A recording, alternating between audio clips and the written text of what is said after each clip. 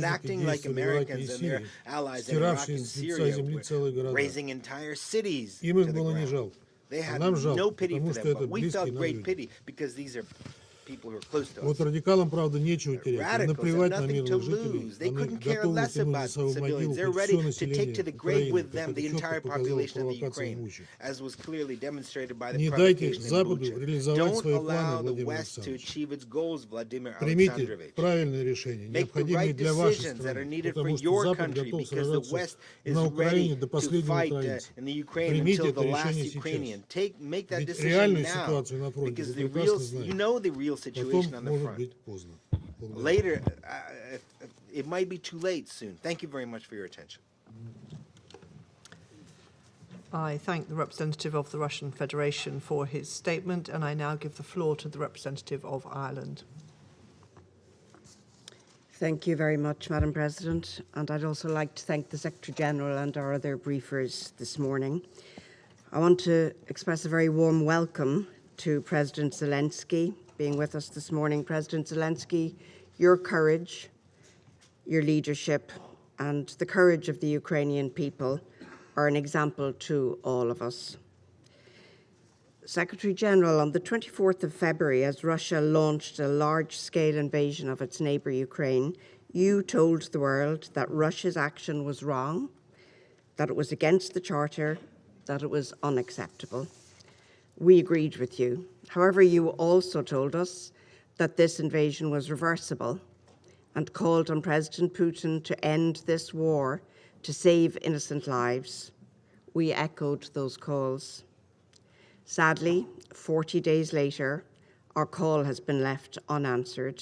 Instead, over the last 40 days, we have witnessed unprecedented levels of destruction and human suffering. We are watching cities pounded by Russian artillery. We are seeing millions forced to flee their homes, seeking refuge from Russian aggression. Just minutes ago, here in this chamber, we have seen the utterly shocking images of civilians lying dead in the streets of Bucha and elsewhere in Ukraine. Some, we know, are piled into improvised mass graves. Simply harrowing. So many innocent lives lost on our watch as our pleas for peace go unheeded. The attempts here today to deny Russian culpability are frankly appalling in their cynicism, and I see them as an insult to the memory of those slaughtered civilians. Madam President, we roundly condemn the atrocities reportedly committed by the Russian armed forces in a number of occupied Ukrainian towns. The images from Bucha and other towns in the Kyiv region liberated by Ukrainian forces are horrifying. We here cannot suspend our humanity. Our thoughts, first and foremost, must be with the families of those killed. Their pain at the loss of their loved ones in such an unspeakable manner is almost unimaginable. Let's be clear. The Russian authorities are responsible for these atrocities committed while they had effective control of the area. The Russian authorities are subject to the international law of occupation. There can never be impunity from such crimes. Never, ever. Not in Bucha, not in any other town or village, ever. Where crimes have been committed, they must be fully investigated and evidence preserved so that these crimes can be prosecuted by domestic and international courts, including the International Criminal Court. Ireland will continue to support efforts to ensure robust and independent investigation of all violations of international law. We must have accountability and justice for the victims and for the survivors of this war. We at this table share that responsibility in face of such atrocity. We call on the Russian Federation to abide by the order of the International Court of Justice and to immediately cease its military action and withdraw from the entire territory of Ukraine. Madam President, in the last 40 days, we have seen a horrific humanitarian disaster unfold in Ukraine because of the Russian Federation's unprovoked and unjustifiable further invasion of that country. A country where just weeks ago, citizens lived in relative peace and prosperity, and one which has been transformed now into one where families lack access to basic necessities, where basements have become bomb shelters, where millions have become IDPs and refugees. The use of explosive weapons in populated areas has had a devastating impact on civilians in the midst of active hostilities. Once again, we call for the parties to the conflict to comply with international humanitarian law, including the obligation to direct attacks only against military objectives, the prohibitions against indiscriminate and disproportionate attacks, and the obligation to take all feasible precautions in attack. We have heard increasing allegations of sexual violence by Russian soldiers. You referred to this morning, Secretary General. We must stress that conflict-related sexual violence can constitute a war crime. The perpetrators of such crimes must be accountable. They must be held accountable. They will be held accountable. Sexual violence is another abhorrent crime of this war that cannot go unanswered. We again reiterate the need for full, safe, and unhindered humanitarian access to those in need, as called for today by Martin Griffiths. Secretary General, we again echo your call for Russia to implement an immediate humanitarian ceasefire. It is the very least the aggressor can do. It is way past time. As we know, the reverberations of this war are reaching far beyond Ukraine. It's unacceptable that Russia's war of choice against Ukraine is also having, and will continue to have, significant spillover effects across the globe. Deterioration of food security, surging energy prices, increasing poverty. The most vulnerable and impoverished in developing countries will suffer the most. We utterly reject that. Madam President, it is our collective responsibility here at this table to maintain international peace and security, nothing less.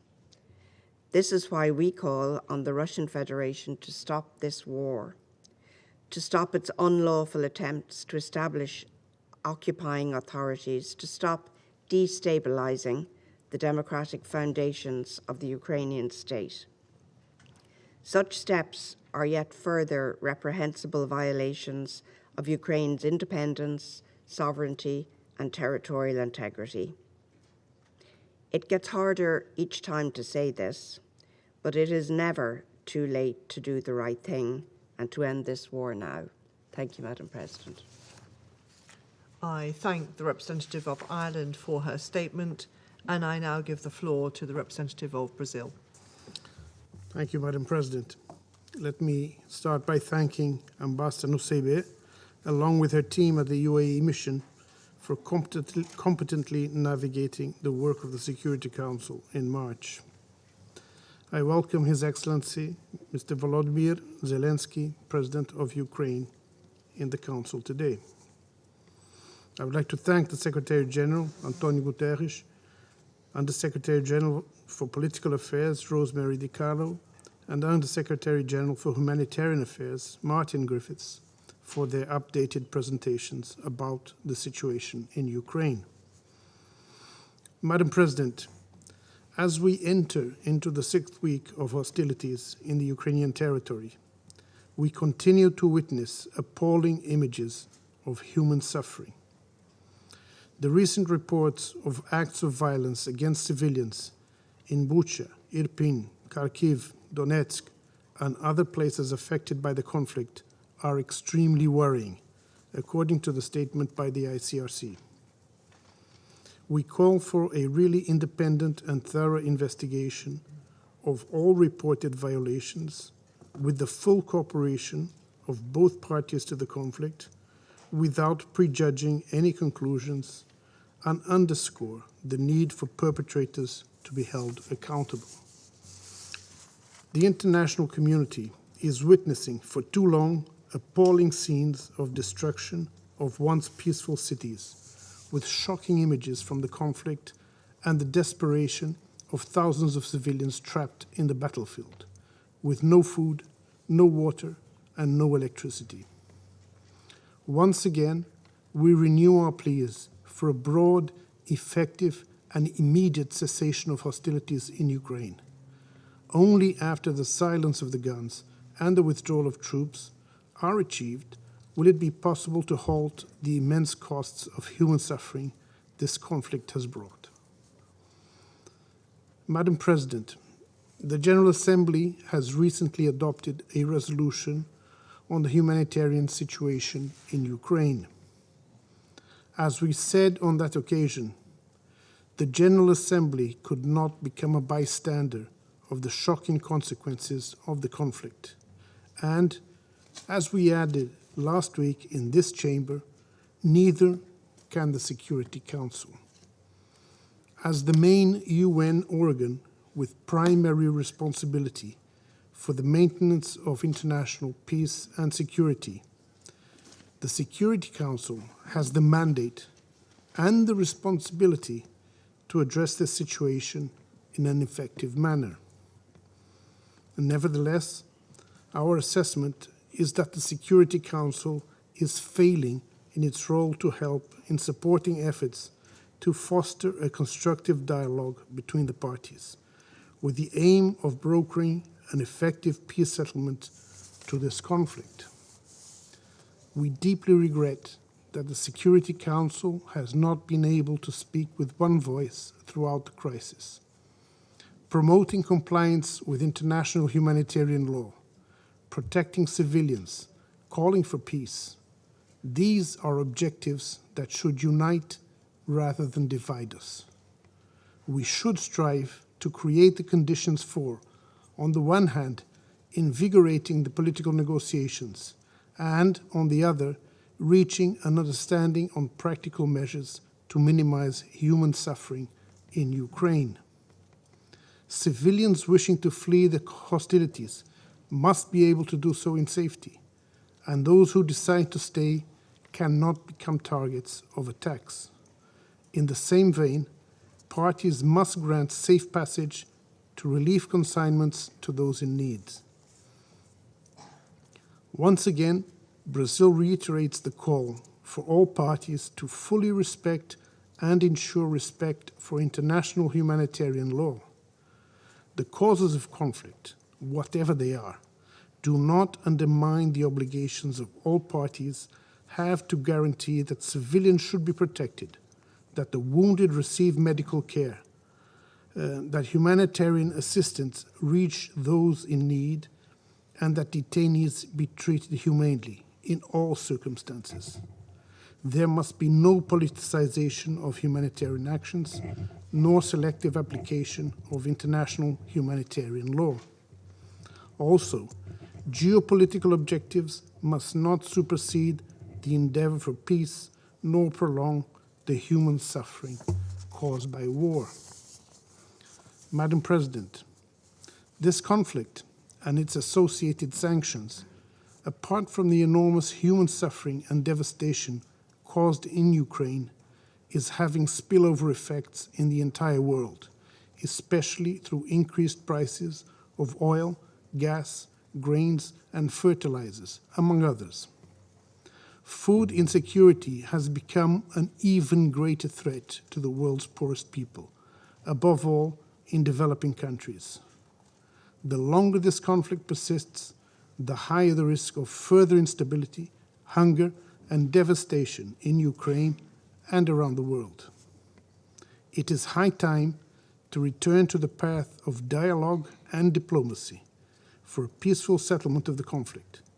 We urgently need the cessation of hostilities.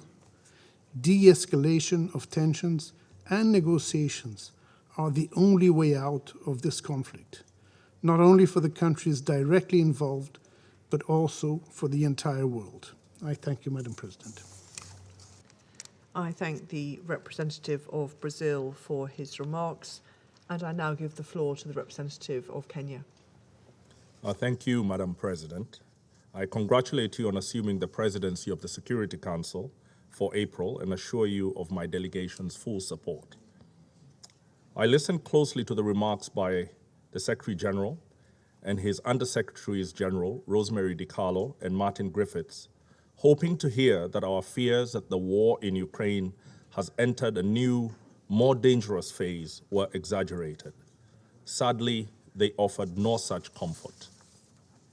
Instead, we are left with the words of His Excellency Volodymyr Zelensky, the President of Ukraine, who has described the horrifying suffering of civilians in Bucha and other towns and neighborhoods in Ukraine.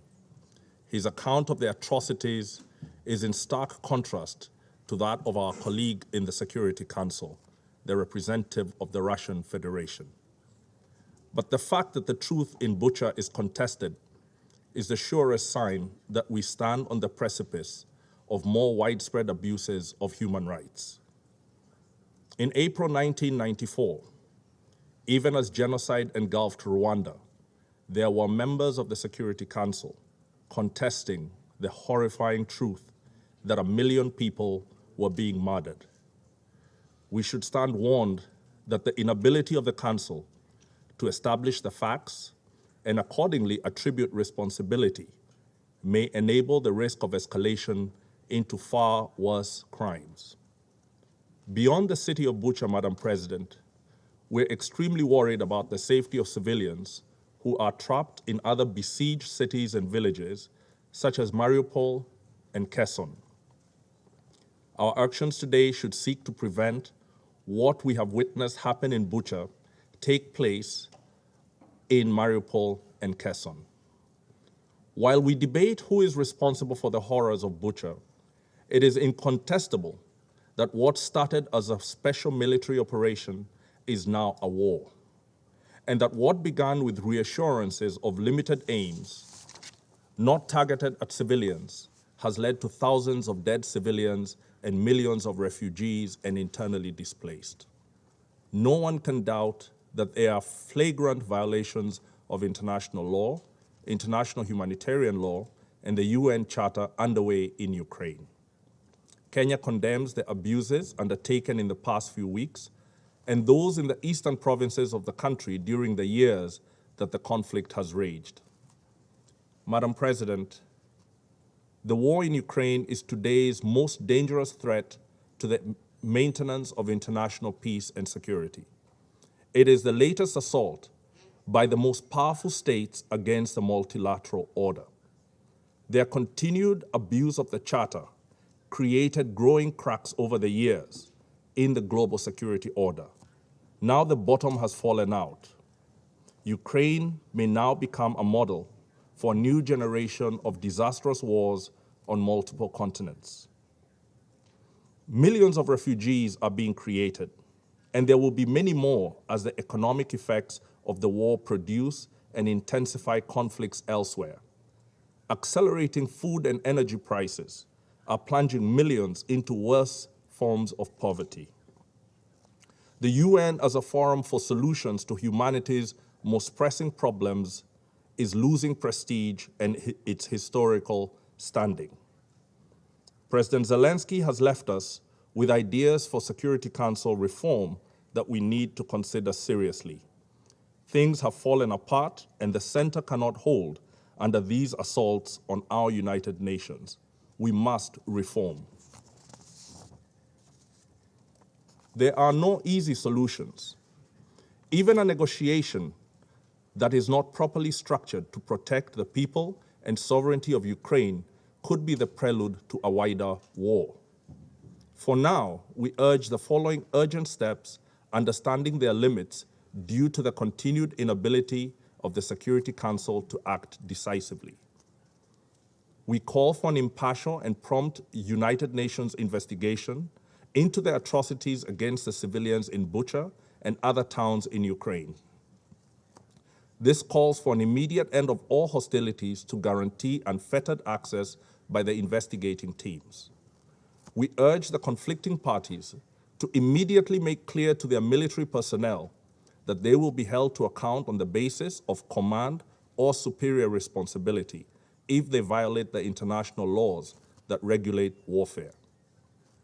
We commend Ukraine's neighbors for opening their borders to refugees of multiple nationalities from Ukraine. We continue to urge them to ensure that the thousands of affected Africans be treated in accordance with international humanitarian law and basic dignity. We commend OCHA and many other organizations and individuals who have come to the aid of the deserving people of Ukraine. In this regard, we welcome the third UN-organized humanitarian convoy that reached thousands of people in need in Sumy and other cities. We call for the urgent activation of safe passages with no restrictions and call for unimpeded humanitarian access to the many in need, particularly those in Mariupol, Kherson, and other besieged cities. We also urge the Security Council to reassure the world of its relevance by approaching the other conflicts with renewed vigor. The humanitarian crisis caused by conflict in Afghanistan, in Haiti, the Horn of Africa, the unfolding situation in the Korean Peninsula, Lebanon, Libya, Myanmar, Palestine and Israel, Syria, Yemen, and the Sahel deserve our urgent attention. We look forward to the Secretary General rallying the international community to deploy resources to cushion the most vulnerable from the effects of the conflict in Ukraine. We reiterate our call for the cessation of hostilities to allow humanitarian operations under clearly defined contact lines and humanitarian passages. Madam President, I finish by reaffirming Kenya's recognition of the inviolable rights of Ukraine to its sovereignty, territorial integrity, and political independence. I thank you. I thank the representative of Kenya for his statement, and I now give the floor to the representative of Mexico. Señora Presidenta, le deseamos éxito durante su presidencia este mes y reconocemos el trabajo de Emiratos Árabes Unidos en la conducción del Consejo de Seguridad el mes pasado. Agradecemos las presentaciones del secretario general y de los subsecretarios Carlos y Griffiths, y reconocemos la participación del presidente Volodymyr Zelensky en esta sesión del Consejo de Seguridad. Le hemos escuchado con la mayor atención y con el respeto que nos merece su investidura. También hemos visto con horror las imágenes que nos ha compartido. Son el mural de Guernica, recreado una vez más con víctimas civiles. Desde hace 6 semanas, el mundo sigue con consternación las consecuencias devastadoras de la invasión de Rusia sobre Ucrania. A través de 2 resoluciones de la Asamblea General, la comunidad internacional se ha pronunciado de manera contundente, deplorando dicha invasión, exigiendo el cese inmediato de las hostilidades y de cualquier ataque contra la población civil o la infraestructura de carácter civil, y ha señalado la urgencia de que llegue la asistencia humanitaria de forma expedita, segura e irrestricta. La Corte Internacional de Justicia exigió también la suspensión inmediata de las operaciones militares en territorio de Ucrania. Toca a las Naciones Unidas actuar como garante del cumplimiento de las decisiones de la Corte. Todos los mecanismos de solución pacífica de las controversias que establece el derecho internacional deben canalizarse hacia ese objetivo común. Lamentablemente, las hostilidades continúan y las afectaciones civiles aumentan, y junto con ellas aumentan las necesidades humanitarias de la población, incluidas cada vez con mayor urgencia la de los refugiados y los desplazados internos. Las imágenes de las calles The flood of Bucha y en images of the otras streets ciudades of Bucha que han and other circulado cities profusamente en los circulating últimos in días recent han days have conmocionado al moved the mundo. world. Condenamos de manera We enérgica las strongly atrocidades condemn que en the ellas se atrocities reflejan. captured in those No hay images. absolutamente There is nada absolutely que las nothing justifique. that can justify them. Proteger a la población civil Protecting the es civilian una population responsabilidad is irrenunciable an de la undeniable comunidad responsibility internacional. borne by the international community. Como lo ha señalado la alta As comisionada the para High los Derechos Commissioner for Humanos, Human Rights pointed las out, graves violaciones al derecho internacional humanitario gross y al derecho international internacional de los derechos humanitarian and humanos international obligan human a rights mantener law la violations posibilidad de compel que us efectivamente to consider the se haya possibility that incurrido war en crimes crímenes may de guerra. indeed have been committed. México respalda Mexico cabalmente stands la declaración del secretario strongly general and resolutely by para que the se Secretary realicen a la General's brevedad statement calling for investigaciones prompt, imparciales que permitan impartial identificar responsables investigations leading to y una the eficaz identification of rendición de perpetrators cuentas. and effective accountability for Igualmente, them. seguimos con atención el By trabajo the de same la Corte token, we will be Penal closely following the work Internacional of the International y Criminal Court, apoyamos al fiscal and we support que se encuentra the en proceso prosecutor de investigar who is supuestos now in the crímenes process of internacionales investigating cometidos en allegations of Ucrania, international crimes committed así in como a la Ukraine, Comisión de as Investigación well as Independiente the creado independent con esos mismos international commission propósitos of por el inquiry Consejo de established for Derechos the same Humanos person de la by ONU. the United Sus Nations informes serán Human Rights Council, determinantes. and their Las reports will consecuencias be de esta guerra decisive. han sido The terribles. consequences of this war have Su been impacto dramático horrifying. tendrá también efectos Its graves en el tragic mediano y el largo impact plazo, will no solo en la produce región, serious sino en todo el effects resto del in mundo. the medium and long term, not Como lo ha only the dicho region, con but throughout claridad the el rest of the director world. As ejecutivo was del Programa clearly Mundial de stated by the Alimentos, Executive Director of the World Food millones Program, de personas millions of pagarán en people carne propia will el precio de pay este conflicto. Habrá themselves the escasez toll de alimentos in básicos this en muchas conflict. regiones Supplies of basic food que items ya de por will sí run short in many eran regions where inseguras they y are frágiles. already insecure and Con fragile. todas las dificultades Now, que implican given y la all the urgencia que conllevan, difficulties los esfuerzos de la that comunidad internacional para hacer implies frente al drama and the humanitario urgency son ensuing, solamente the efforts of temporales. the international La community to solución de tackle fondo the humanitarian es, tragedy are como aquí only se ha dicho, temporary. un The solution, cese as it has inmediato been de las said, hostilidades is y an un acuerdo immediate end to político the que restaure la hostilities negociación and a por political la vía agreement that diplomática. restores Apoyamos diplomatic decididamente las negotiations. gestiones del We are subsecretario Griffiths resolutely para in acordar support pausas of humanitarias Undersecretary que General permitan crear las Griffiths' condiciones en el initiatives to terreno broker humanitarian para que llegue pauses con mayor to fluidez pave the way la asistencia for humanitaria. smoother delivery of humanitarian México assistance. reconoce y Mexico encomia el trabajo de appreciates todos los and actores commends the humanitarios work of involucrados en all Ucrania, humanitarian actors así como la involved in solidaridad Ukraine, de los países as well as vecinos the que han solidarity recibido a of neighboring millones de countries that have refugiados received y millions los of esfuerzos de refugees mediación and the de mediation distintos países efforts of y diferentes various actores. Esperamos actors que and este countries. Consejo, It is our hope con apego that this estricto council al derecho will internacional, fulfill its al derecho responsibility to internacional contribute humanitario effectively y al to derecho putting an internacional end de los to the derechos war and humanos, restoring peace, cumpla con and su to do so responsabilidad in y strict compliance contribuya with international efectivamente law a and poner fin a la international guerra y a restaurar humanitarian la law, paz. and Gracias, put an end Presidenta. to war and restore peace. Thank you. I thank the representative of Mexico for his statement, and I now give the floor to the representative of India.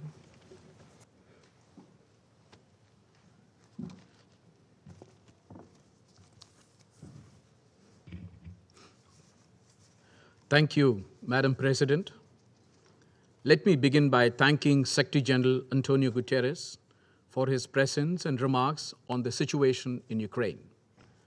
I also thank USG Rosemary DiCarlo and USD Martin Griffiths for their respective briefings on the security and humanitarian situation. We thank the participation of His Excellency, the President of Ukraine, at today's meeting. I also take this opportunity to thank the United Arab Emirates and Ambassador Lana Nusayba for their excellent presidency. Madam President, the situation in Ukraine has not shown any significant improvement since the Council last discussed the issue. The security situation has only deteriorated, as well as its humanitarian consequences. Recent reports of civilian killings in Bushehr are deeply disturbing. We unequivocally condemn these killings and support the call for an independent investigation. We hope the international community will continue to respond positively to the humanitarian needs. We support calls urging for guarantees of safe passage to deliver essential humanitarian and medical supplies.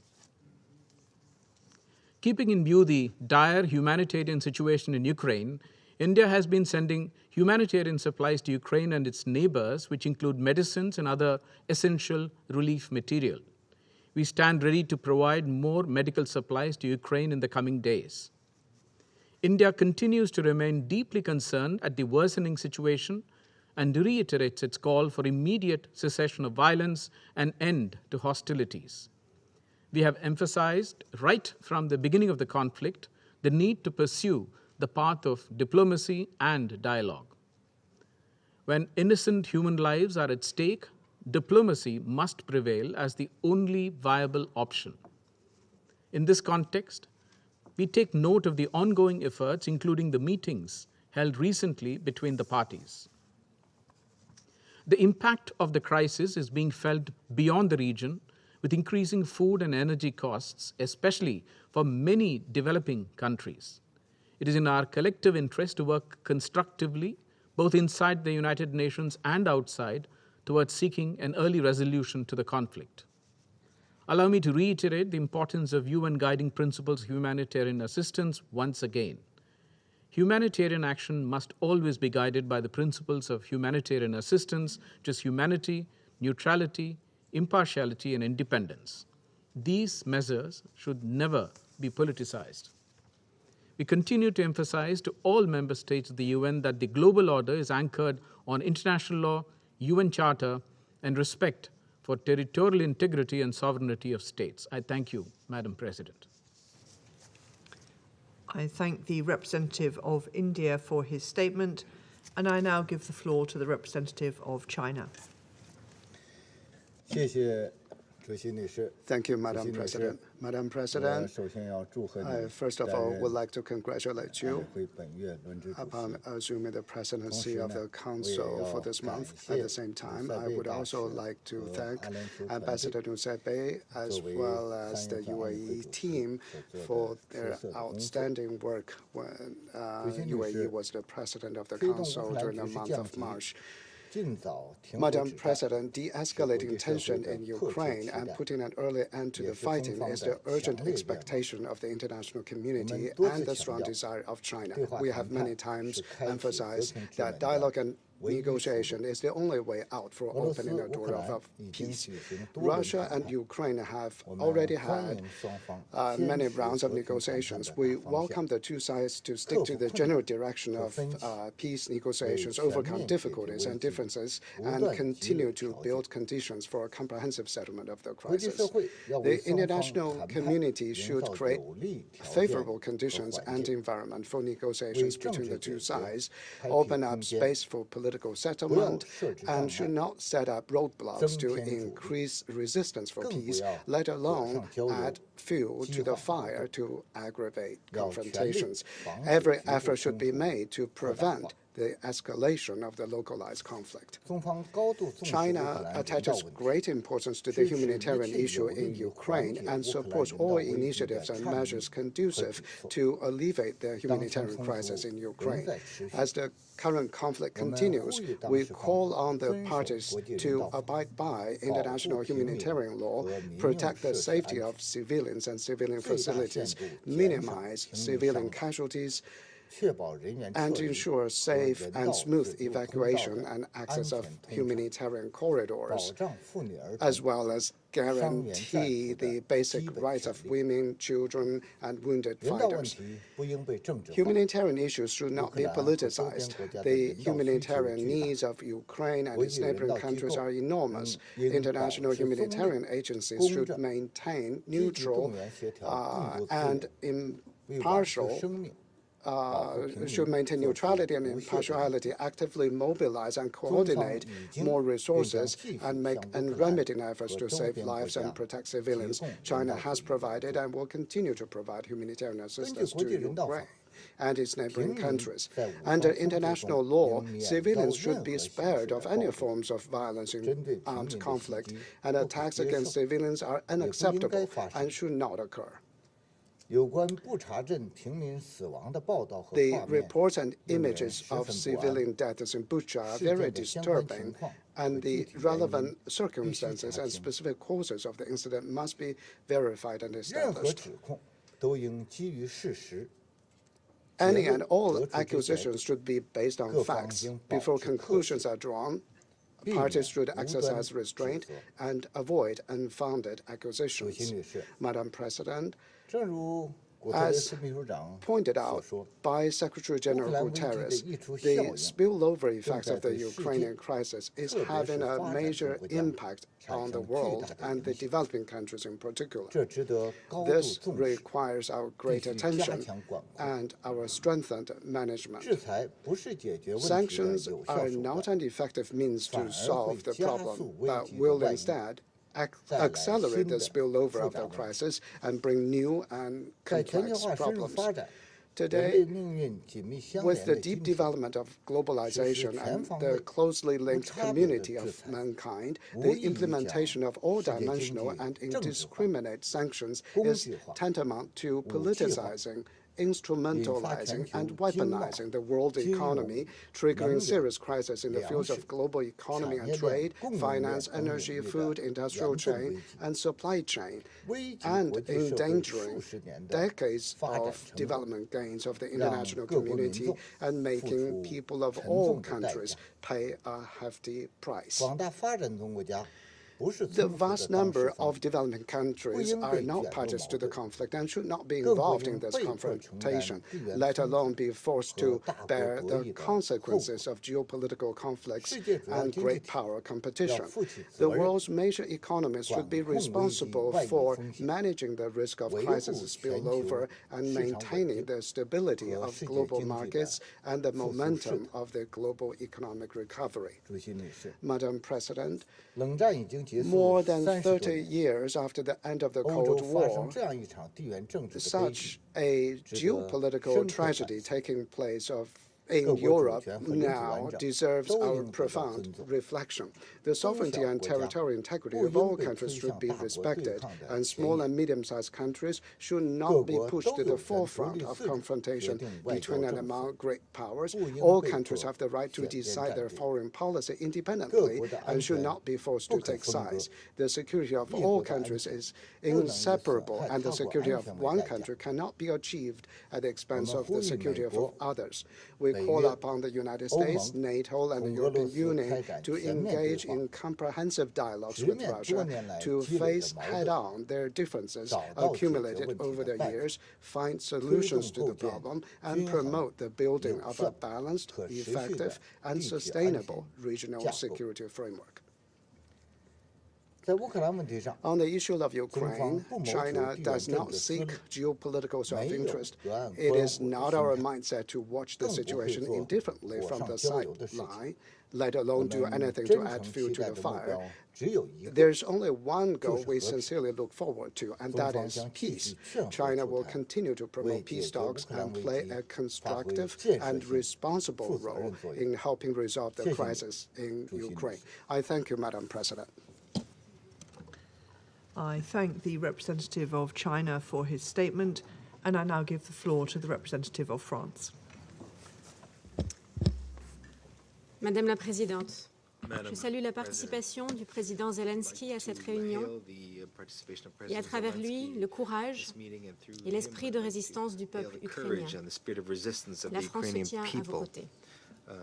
Je remercie le secrétaire général, la secrétaire générale adjointe aux affaires politiques et le secrétaire général adjoint aux affaires humanitaires de leurs interventions. La guerre d'agression que la Russie livre contre l'Ukraine a franchi ces derniers jours un nouveau cap dans l'horreur. Les images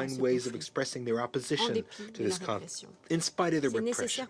This is necessary to break the logic of hatred in which Vladimir Putin wants to imprison both Ukrainians and Russians. Thank you very much. I thank the representative of France for her statement, and I now give the floor to the representative of Norway. Thank you, President. I thank the briefers for their valuable inputs. Norway also expressed its utmost support to you, Secretary General, to make full use of your good offices in search for a peaceful solution. I want to thank President Zelensky, through you, Ambassador, for his strong testimony this morning. and for the heroic fight the President, the Ukrainian government, and the Ukrainian people are engaged in for your country and for the peace and freedom of us all. We are with you and we support you.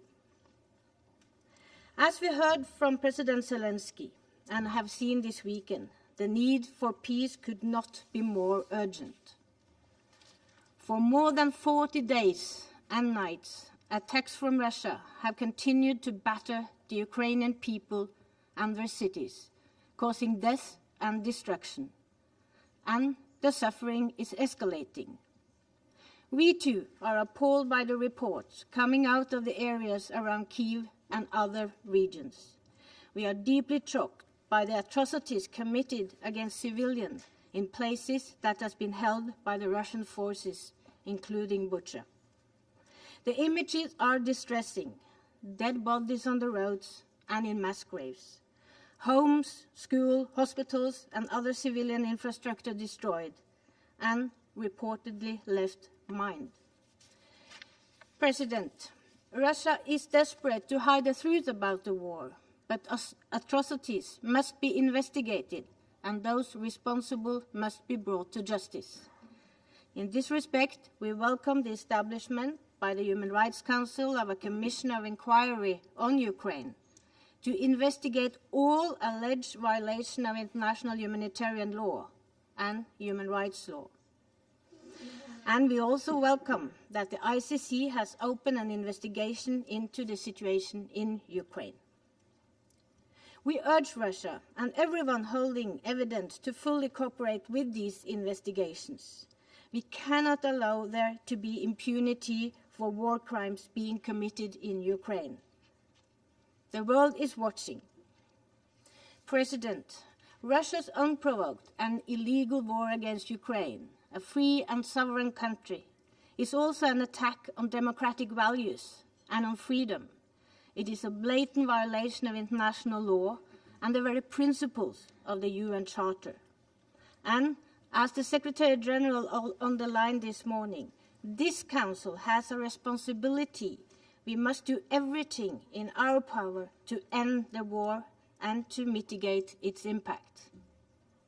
Let me repeat the message by the Norwegian Prime Minister Støre gave to President Putin when they spoke on Thursday. He urged him to cease the hostilities and emphasized that Russia must ensure rapid, safe, and unimpeded humanitarian access to the civilian population, particularly in Mariupol. He stressed also the need to find a negotiated solution to end the war. President, the suffering is widespread. Russia's war is causing the largest humanitarian crisis in Europe since the Second World War. A quarter of the Ukrainian population has now been displaced, and cluster munition will continue to maim and kill long after the conflict has ended. The reconstruction, when it comes, will take years. Ukraine has been set back decades in its economic development, and the consequences of this war will be felt by generations of Ukrainians. Russia's war is also being felt globally, exacerbating other humanitarian crises and causing a serious negative effect on the agricultural sector with a global rise in food insecurity and increased prices of fuel and fertilizers. President, before concluding, let me be very clear. Russia must abide by international law. It must comply with the order of the International Court of Justice to immediately suspend this military operation and to withdraw its troops from Ukraine. The killing and destruction must end. Russia must stop its illegal war. Thank you. The representative of Norway for her statement, and I now give the floor to the representative of Ghana. Thank you very much, Madam President. I congratulate the UAE for its successful presidency in the preceding month and wish you and the UK delegation the very best for this month.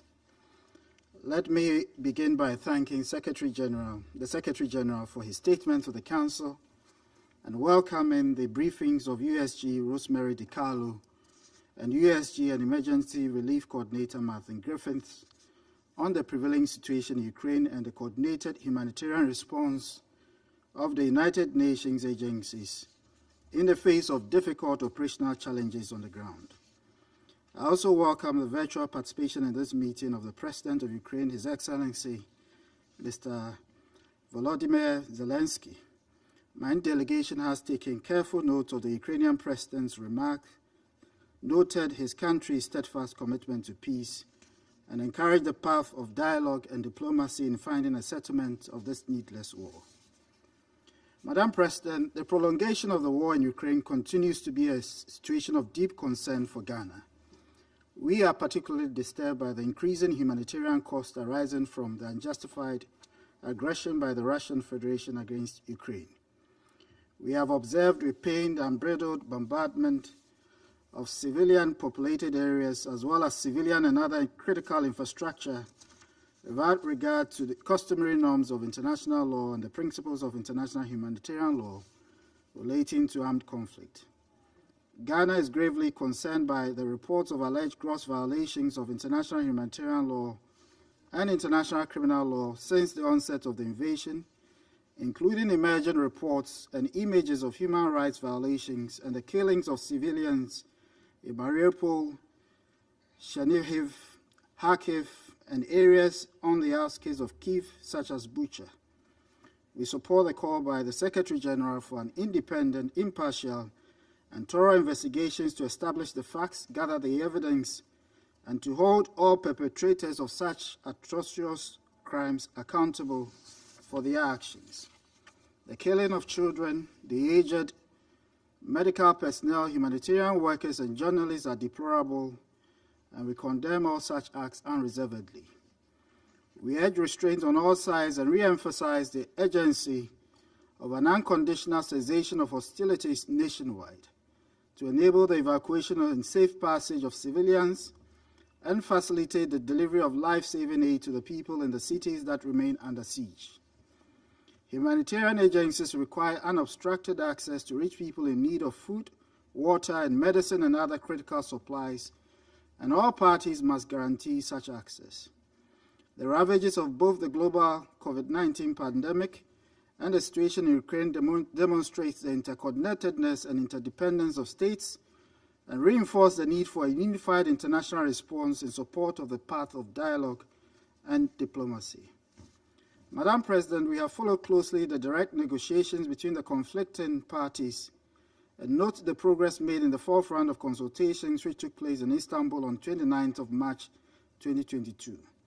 To sustain the negotiations, we urge a restraint in the ongoing hostilities and a follow-through of the express commitments to resolve the security concerns of the parties. In furtherance of the efforts of the parties, the Council must at this time focus attention on supporting confidence-building measures that facilitate a negotiated settlement of the immediate conflict and the wider question of European security on the basis of international law and other internationally agreed frameworks. The convergence of the parties and the international community on these matters would be the only way to end the tensions, bridge the differences between the parties, and forge a unified position on the situation in Ukraine. I thank you for your kind attention. I thank the representative of Ghana for his statement, and I now give the floor to the representative of the United Arab Emirates. Thank you, Madam President, and I'd like to join others in congratulating you and your team for assuming the presidency and wishing you a productive month. I'd also like to thank the Secretary General, the Under-Secretary General for Political and Peacebuilding Affairs, and the Under-Secretary General for Humanitarian Affairs and the Emergency Relief Coordinator for their helpful briefings. We also thank President Zelensky for his address to this Council. We have once again heard in this Council deeply sobering and concerning reports from the ground, including from Martin Griffiths and Rosemary DiCarlo. And with every meeting, the Council is reminded of the rapidly deteriorating humanitarian situation on the ground in Ukraine. 1/4 of the country's population have fled their homes. And the rising death toll and the destruction of critical civilian infrastructure are a grim reflection of the tragic human cost of war. The images coming out of Bucha and other towns and cities are shocking. The alleged crimes they entail are of the utmost gravity, And first and foremost, as others have said, we must establish what has happened here with the cooperation of all parties. It is imperative that we do not get caught up in a war of narratives in addition to the conflict that is ongoing. Indeed, we need to allow for the existing mechanisms to investigate the facts on the ground impartially so that justice for all victims can be served, and we acknowledge the Secretary General's call for that independent investigation, as well as last week's appointment of the members of the Human Rights Council's Independent International Commission of Inquiry on Ukraine. As we enter the 6th week of conflict, we believe that an immediate cessation of hostilities throughout Ukraine is imperative to move towards a peaceful solution to the war in Ukraine. And we take note of efforts to reach a diplomatic resolution to the conflict, and we see the ongoing negotiations and the several rounds of negotiations between Russia and Ukraine as a very positive development. We remain hopeful that these efforts at the negotiating table can urgently translate into de-escalation on the ground, and we urge others to support these efforts. We also welcome the readout from Mr. Griffiths on his meetings with senior Russian officials, as well as his upcoming meetings with Ukrainian officials. Establishing a viable humanitarian ceasefire could be a stepping stone for broader negotiations and eventually a sustainable peace. However, until a cessation of hostilities is achieved, the priority must be to work towards protecting and alleviating the suffering of civilians. And in addition to the points we made during the last Council meeting on Ukraine on 29th March, I want to focus here on 4 additional points for the Council's consideration. First, as others have done, we all need to continue to reaffirm the need for all parties to abide by their obligations under international humanitarian law, in particular the protection of civilians and the respect for the principles of distinction and proportionality that are paramount in conflict. Second, the difficulties in providing relief and humanitarian access need to be addressed immediately and can be addressed quickly. It's critical to find either local or broad-based agreements for security guarantees to allow for the safe provision of humanitarian assistance and for civilians to voluntarily evacuate safely. And these are initial confidence-building measures that can be developed down the line and should also be encouraged, including the proposals left by Mr. Griffiths with the government in Moscow. Third, as the ICRC has noted, false narratives and disinformation has the potential to cause real harm for humanitarian organizations on the ground. The use of digital technologies that amplify the spread of harmful information, including misinformation, disinformation, and hate speech, is a true challenge in conflict zones. And these phenomena are not new, but technology has greatly increased the scale and speed at which harmful information reaches target audiences online. And this is particularly concerning in crisis settings where information can influence the dynamics and behavior on the ground and can put communities and humanitarian responders at risk. Fourth, at a time of conflict, protecting civilians, of course, must be our top priority. However, we should not forget the impact that war has on a nation's cultural heritage and identity. We're concerned by UNESCO's recent reports on the dozens of cultural sites that have been damaged in Ukraine since the conflict began. We know from our experience in the Middle East that protection of cultural sites is critical to rebuilding peace. And in moments of violence and turmoil, cultural sites are essential cornerstones for collective memory and a foundation for future reconciliation. We therefore call on all parties to refrain from the unlawful destruction of cultural heritage and to think about what comes next after the war concludes for the people living there and how they go about building peace. Before I end, allow me to take a moment to reflect on what others have commented on, including the Secretary General, and that is the devastating impact of the conflict on food security worldwide. And we're alarmed by these figures shared by the Secretary General just now on how the war is affecting some of the most vulnerable communities around the world. 1.2 billion people in 47 developing countries are at risk due to rising food prices. And food shortages are aggravating situations already on this Council's agenda, and these shortages are felt in other settings where high prices of basic commodities can lead to further unrest and instability, not just in this part of the world, but around the globe. So we look forward to seeing the UN Global Crisis Response Group on Food, Energy and Finance address these issues and offer it our full support. And let us not forget that the effects of this war are hitting communities that are still reeling from the global COVID-19 pandemic. And these vulnerabilities are further exacerbated by reduced domestic food production due to the rising costs and scarcity of chemical fertilizers and pesticides. And the knock-on effects, including global conflicts, will be grave, and the Council must stay focused on all of them. Unless we do something to end this conflict now, it will continue to drive suffering and instability worldwide in the coming months and years, and the world simply cannot afford this, and the Security Council should do its part to stop this conflict and to help parties come and reach a peaceful solution. Thank you.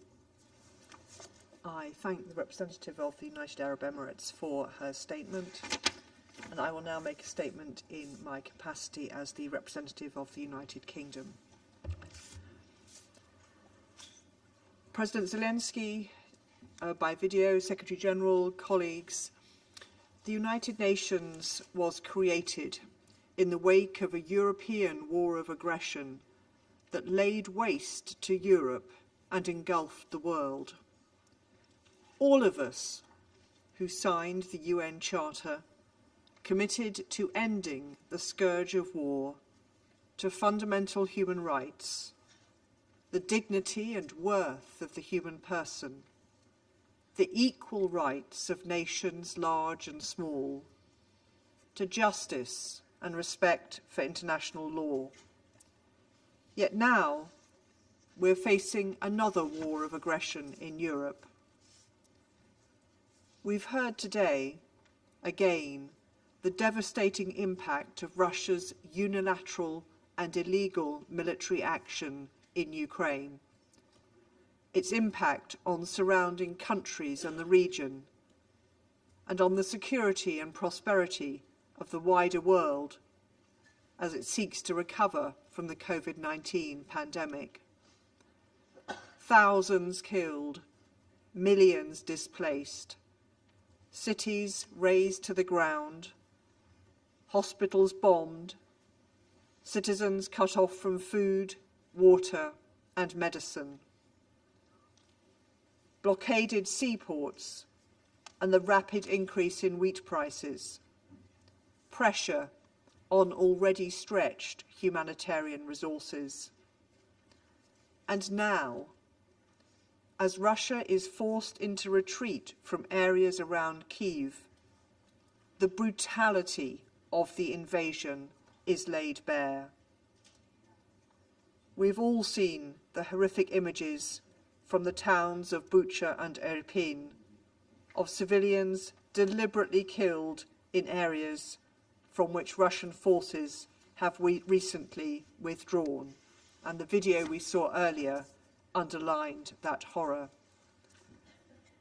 These acts and other credible incidents must be investigated as war crimes, and the UK fully supports the work of the International Criminal Court and the work of the Ukrainian Prosecutor General and other national prosecutors. Colleagues, as we and so many others have said so many times, all of this could be stopped if the Russian Federation ended this war now. I resume my function as President of the Council. The representative of the Russian Federation has asked for the floor to make a further statement. Thank you, Madam President. I know that this does not bring us closer to the end of today's meeting, but since today's topic is extremely important, I think it's essential to say a few words about what was the reason for this meeting, which we didn't have a chance to say yesterday because we were not given a chance to have a separate meeting of the Security Council on this topic. And unfortunately, yesterday's meeting, in any way possible, our Western colleagues tried to kind of sweep it under the carpet, and we have seen an example of how of the new order-based, new rules-based order. The rules-based order.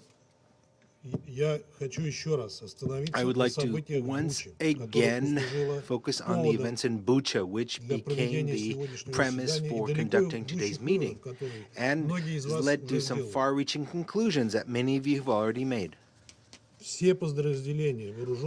All units of the Russian armed forces fully withdrew from Bucha as a gesture of good faith on the 30th of March. The very next day, after a round of negotiations between Russia and Ukraine in Turkey, in the presence of negotiators. Now, a report about this was published that very same day on the official website of the Russian Defense Ministry. During the time that the town was under the control of the Russian armed forces, not a single civilian suffered from any kind of violence. People were able to move around freely around the town and use their cell phones. Furthermore, the towns of the Kyiv Oblast the Russian army supplied 450 tons of humanitarian assistance to those cities. This was confirmed. Now, the towns, the Russian army did not prevent people from leaving the towns. All inhabitants could freely leave the towns toward the north. At the same time, the southern areas of Bucha, including residential areas, were shelled round the clock by Ukrainian forces from using heavy caliber weapons, tanks, and mortars. Already after the withdrawal of the Russian forces, the mayor of Bucha, Anatoly Fedoruk, in his video statement on the 31st of March, presented this as a heroic liberation of the city by the Ukrainian armed forces. Now, let's set aside its so-called liberation, and let's focus on the fact that he confirmed the fact on the 31st of March that there were no more Russian soldiers in the town on the 31st of March. Furthermore, the mayor did not mention any local inhabitants with their hands tied and having been shot. I mean, could you believe that the mayor would not have noticed on the streets as reported of 280 corpses? You wouldn't have noticed that? On the 1st of April, the deputy of the council, Ekaterina Ukraintseva, the deputy of council of Bucha, in a 2-minute video, warned several times the local residents that representatives of the Ukrainian security forces have entered the town and are conducting a mop-up operation. And she's asking everyone to be very careful. Now, on social media, you can also find an almost 8-minute video about the announced mop-up of Bucha by the Ukrainian National Police on the 2nd of April. On that video, there are no bodies of civilians on the streets. Furthermore, on that video, the National Guard of Ukraine also interviews local residents who didn't mention any corpses or mass shootings. On one of the Ukrainian news sites, there was also a warning posted on the upcoming mop-up of Bucha on the 2nd of April from a mop-up of Russian collaborators. Now that's been deleted, but users were able to save that video. Now,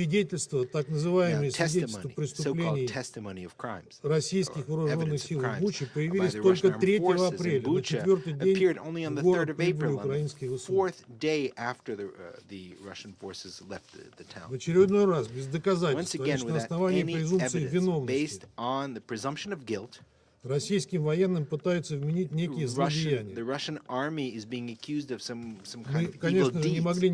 Of course, we could not notice how these Ukrainian videos were taken up by Western media and human rights organizations who claim to be impartial. Clear inconsistency between the Ukrainian version and the actual facts is clear. людей if the corpses действительно пролежали под открытым небом несколько дней, то на них, несомненно, были бы соответствующие проявления, хорошо известные специалистам по судебной медицине. Это наших западных коллег, похоже, совсем не смущает. Иначе бы Нью-Йорк Таймс не пошла еще дальше, утверждая, что трупы на улицах пролежали аж с 20 марта. Вы можете представить, в каком состоянии what kind of state they would have been in? Кроме того, многие погибшие на распространенных украинцами кадрах имели на руках опознавательный знак, белую ленту. In the videos circulated by the Ukraine had white bands, armbands. Такую же, как надевали мирные жители после прихода российских These are armbands that were worn by civilians after the entry of the Russian armed forces. А на одном из выложенных украинскими радикалами в сеть видеороликов хорошо слышен призыв стрелять по всем, у кого нет синих ленточек на рукавах. Hear a call to shoot anyone who doesn't have blue armbands. Это видео хода зачистки в Буче выложил в сеть один из лидеров так называемых территориальных батальонов, которым украинская власть бесконтрольно раздавала оружие. Кроме того, уже упомянутый мной депутат городского совета Бучи Катерина Украинцева в интервью «Медузе», российскому новостному изданию «Медузе», призналась, что российские войска при ней людей не расстреливали.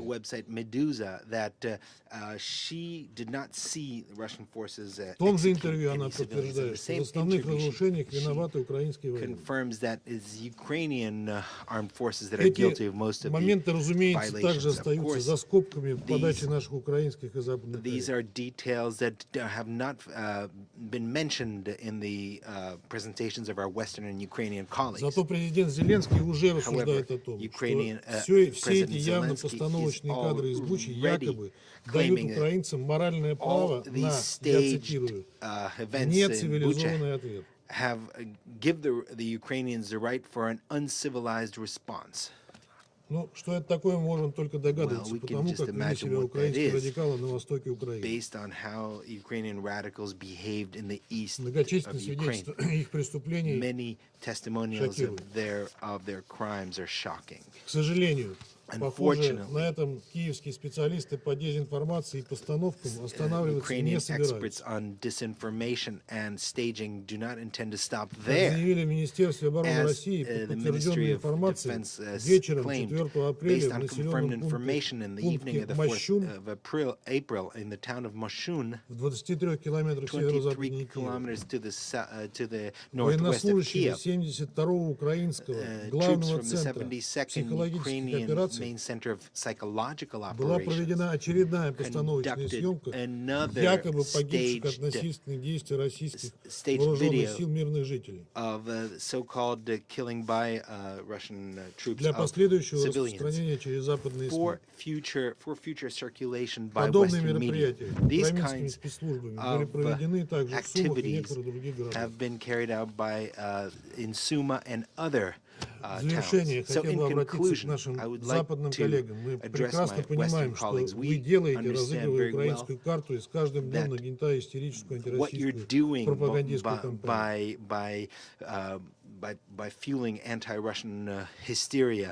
Поэтому мы предполагаем, что будут и дальше происходить новые мерзкие провокации по типу Бучи. Новые попытки очернить российских солдат, представить их садистами, убийцами и насильниками.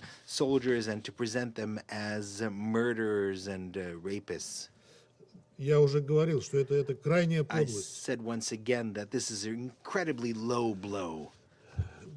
Правда, вас не интересует то, что сегодня современные технологии позволяют сделать любое видео. Мы сегодня посмотрели видео, которое нам представила украинская сторона. Сейчас уже интернет полон опровержениями того, что мы там видели, что это было снято не там, не в то время и ни с теми людьми. information refuting what was in the video, stating that it wasn't filmed in the right place with not the right people. And just a few words to my American colleague who declared a crusade to exclude Russia from the Human Rights Council. This is stated by the representative of a country who 3 years ago criticized the Council in the strongest, harshest terms that it осудить методы и действия американских солдат в Афганистане и Ираке. That it had the audacity of condemning the actions of American soldiers in Afghanistan. И как известно, Соединенные Штаты вышли из As is well known, the United States left the Council. Надеюсь, что наши коллеги по Организации Объединенных Наций не дадут себя собой манипулировать и не станут подыгрывать Вашингтону его крайне опасной затее. Washington and its very dangerous games. Thank you very much.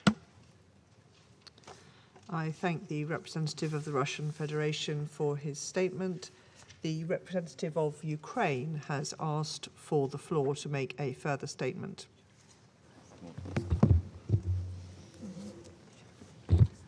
Well, thank you, Madam President. Before I switch to English, I would say a couple of lines rather, in Russian.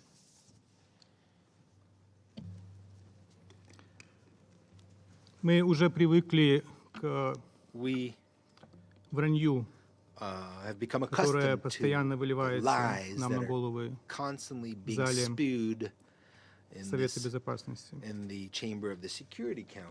Товарищ Небензя удосужился процитировать интервью из ресурса, который называется «Медуза».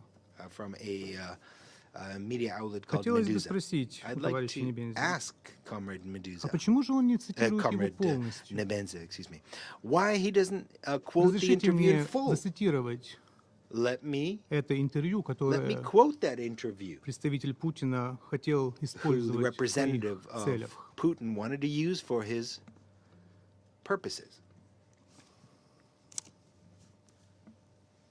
Я цитирую слова женщины, на которую он посылался. Цитата. Бывало так, что российские солдаты передавали сухпайок в подвал, а потом кидали туда гранату. Вы же хотели процитировать это интервью. Почему же вы его полностью не цитировали?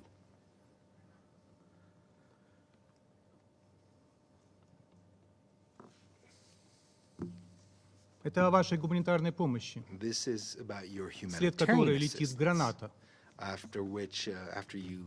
Интервью, которое вы цитировали. Та же самая женщина. Now let me switch to English. I would like to make my further statement in response to the hypocritical questions by Putin's representative. After the video we saw with the shocking images from Bucha, Irpin, Matizhin, and other sites, he should ask these very questions to himself. How have Russians got to the cruelty of Nazis? When have you started enjoying acting like Nazis? Killing civilians, attempting to redraw internationally recognized borders, setting the task to finally resolve the Ukrainian issue, like Hitler attempted to resolve the Jewish issue. When did you miss the point of Russia's turning into the Nazi-style cancerous tumor? Unable and unwilling to stop expanding and bringing to neighboring nations sufferings, destruction, pain, and death. I'm appalled over your cynical and outright lie that you don't hit civilian targets And that is why you're moving so slowly. You hit the civilian targets and you kill the civilians. Shall I quote your own words of yesterday in the press conference that you gave here in the headquarters, where you said that civilians are killed by your army? Or shall I not? Shall I play the video? You said this is war. Civilians are killed in the war. It's a warfare, you said. Or perhaps in your mindset, a children's hospital in Mykolaiv, destroyed by the Russian strike yesterday, was a military target. And perhaps a child killed as a result of the strike was a Ukrainian nationalist. The only truth you've said is that you are not moving as planned. And the only reason is the resistance of the Ukrainian army and the Ukrainian people, not your smart military planning.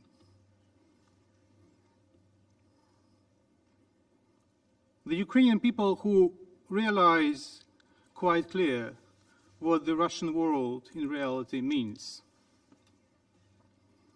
And we thank the international community for the solidarity with Ukraine. Ukraine will win in its territory, and the entire world will win, despite the threats that the criminal and the liar throws in the face just in the Security Council chamber. Finally, if there is anything that we have to thank the Russian representative for, it is his acknowledgement at yesterday's press conference that Russia is waging war against Ukraine. War, you said several times, not the special operation. And I consider this confession shall impact the UN assessment of what is going on in the center of Europe. Perhaps it was the unique moment when we should believe what a fully accredited representative says in the United Nations. Hence, once again, a reminder to Putin's diplomats.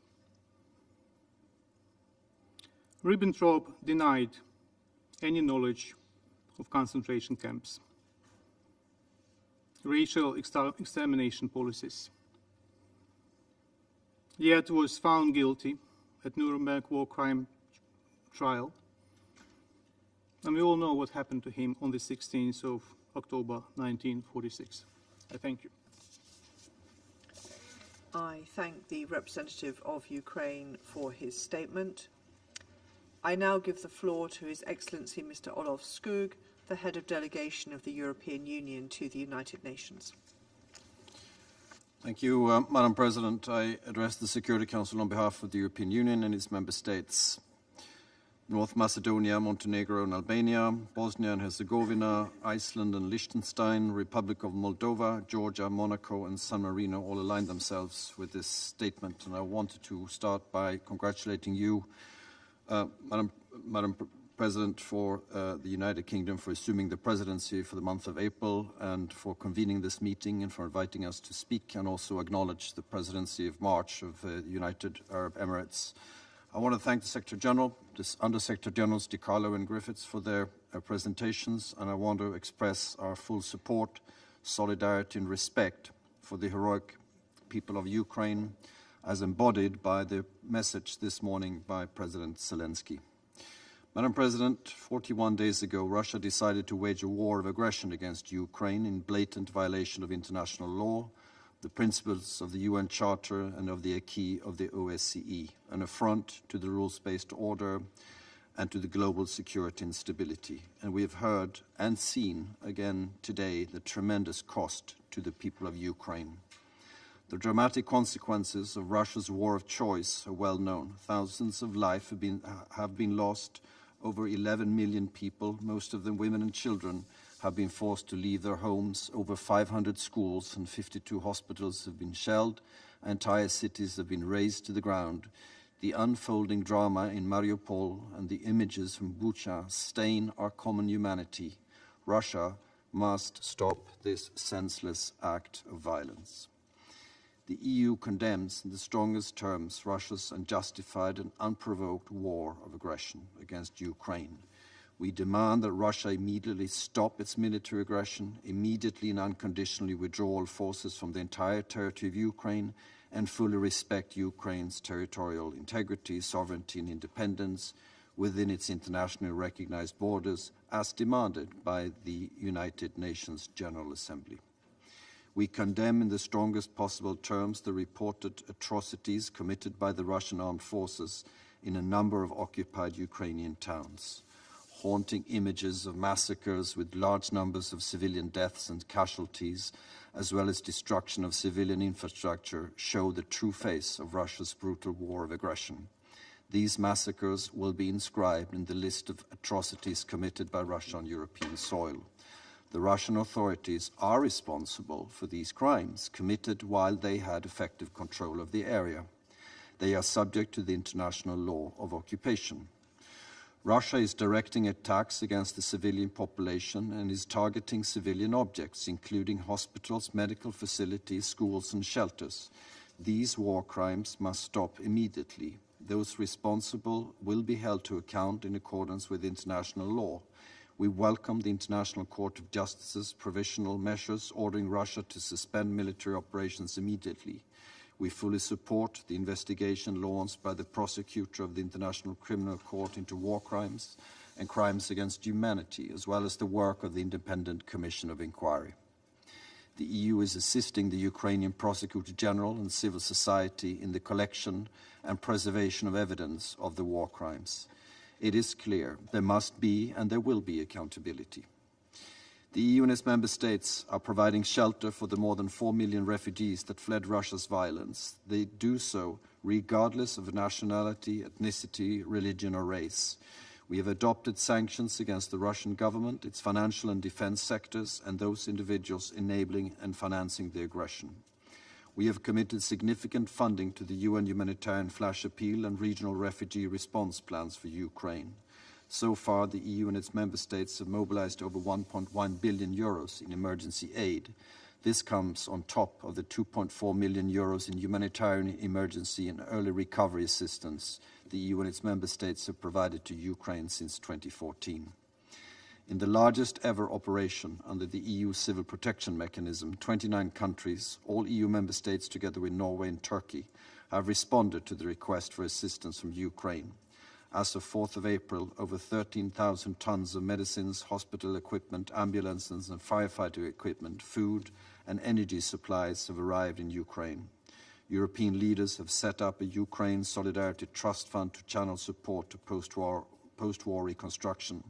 And at the pledging event on 9th of April with Canada, we will further showcase that we stand in words and deeds with the courageous people of Ukraine.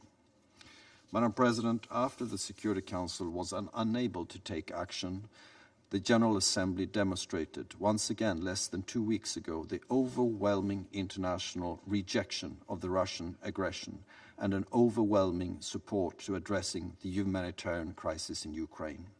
The international community demanded safe and unhindered passage for civilians fleeing violence, as well as humanitarian access to those in need. International humanitarian law must be respected. The dramatic consequences of Russia's war against Ukraine are not limited to Europe. They are global. Ukrainian farmers are prevented from sowing as a result of Russian shelling. Ships filled with wheat are blocked in Black Sea ports by Russian military forces. As a result, food prices have rocketed, pushing people into poverty and threatening to destabilize entire regions. The poorest countries, as we've heard, are the most vulnerable to shocks in food prices. All this is a direct result of the war, despite Russia's cynical attempts to shift the blame. Madam President, the EU and its member states are fully mobilized to end the war in line with international law and the UN Charter. But at the same time, crises the world over need our urgent attention. The EU will continue to provide humanitarian and development support to our partner countries from North Africa to the Middle East and from sub-Saharan Africa to Asia. We are scaling up our multilateral action to provide support to countries with acute food insecurity and are committed to keeping global trade routes open so agricultural staples can feed the world. The EU has pledged 2.5 billion euros for international cooperation related to nutrition for the period 2021 to 2024. We also fully support the work of the UN to deliver and scaling up humanitarian assistance, protect refugees and work towards a ceasefire. With a particular focus on food security, we will contribute to the work of the Global Crisis Response Group to deal with the global social and economic effects of the war. We heard your recommendations this morning, Secretary General, and we have already launched a strategy for safeguarding food security and reinforcing the resilience of food systems backed by increased assistance. Madam President, once again, we call on Russia to cease the destruction of innocent life across Ukraine and immediately and unconditionally withdraw all its troops. We call for an immediate ceasefire, safe passage to civilians trapped in war zones, and uninterrupted humanitarian access. We stand in solidarity with the people of Ukraine and all other people affected by the war of Russian aggression. We stand in support of Ukraine's sovereignty and territorial integrity, and we will continue to work diligently with the UN and our partners to end this aggression and address the humanitarian needs. I thank you, Madam President. I thank His Excellency Mr. Skoog for his statement. I also acknowledge the written statement submitted by the delegation of Poland earlier before the meeting, and also from the 8 Nordic Baltic countries. There are no more names inscribed on the list of speakers. The meeting is adjourned.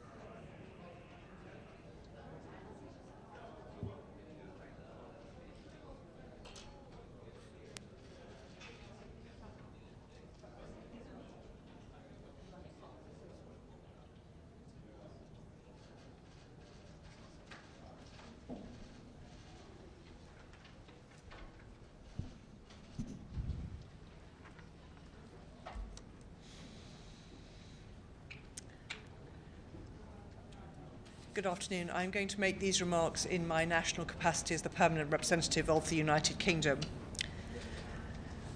The Security Council has just met to discuss Russia's continued assault on Ukraine 40 days into the war, including the harrowing images and reports that came out of Bucha at the weekend. President Zelensky also addressed the Council following his visit to Bucha yesterday. President Zelensky's reports of the destruction and torture Russian soldiers carried out on Ukrainian civilians were extremely harrowing. He told us about the men and women who were shot in the streets with their hands tied behind their backs. He told us that women had been gang raped, including in front of their children. That people had had their limbs cut off and their tongues cut out. That Russian tanks had crushed Ukrainian families who sat in their cars, unable to escape.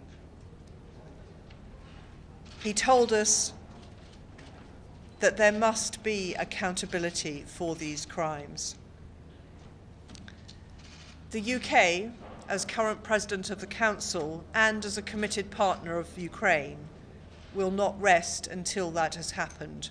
And you'll remember that we were the early supporters of the ICC inquiry, which is now going on, and we welcome the announcement today from the Secretary-General of an independent inquiry. Frankly, we found Russia blamed everyone else, but we've all seen the satellite images that show the bodies having been in Bucha for weeks. President Zelensky also called for the United Nations, the UN Security Council, and the international architecture to act on these war crimes and to reform if necessary. The United Nations was also clear. 11.3 million people have now been displaced, so we do need to investigate these crimes. And in his remarks, the Secretary-General set out the global consequences: rising food prices, more than 50 developing countries with more than 1.2 billion people affected by the ripple effects of this war. We need to silence the guns. We're all clear about that. Thank you. President Zelensky, do you agree with him on the statement when he said that there is Security Council, but there is no peace in the world? And he even asked to remove Russia from the Security Council or to reconsider the mechanism of how the United Nations and Security Council works. Do you agree with this statement? I think it's true that the Security Council was set up to protect peace and security in the world, and in the light of Russia's veto, we have been very restricted in our ability to act. I think it's very welcome that we've seen the General Assembly act so decisively, both to condemn Russia's invasion of Ukraine and also to call for humanitarian support. And we've seen that in those strong votes that you've seen with 141 and 140 countries. But we do need to make sure that now and in the future, the Security Council and the UN as a whole is able to respond to these sort of challenges, and that's why we're very strong supporters of the Secretary-General's common agenda, which will help drive through these reforms we need to see. Thank you. Madam Ambassador, there seems to be a unanimous call for an independent investigation, not only in Bucha but elsewhere in Ukraine. Can you perhaps talk about how soon that can happen and what the process is in that regard? Well, the Secretary-General announced today that he had asked for an independent inquiry, but we know that Karim Khan, the prosecutor of the International Criminal Court, is already in Ukraine, and his team is already in the business of collecting evidence, and that's a very sophisticated and important part of this. So we very much welcome those developments. Thank you.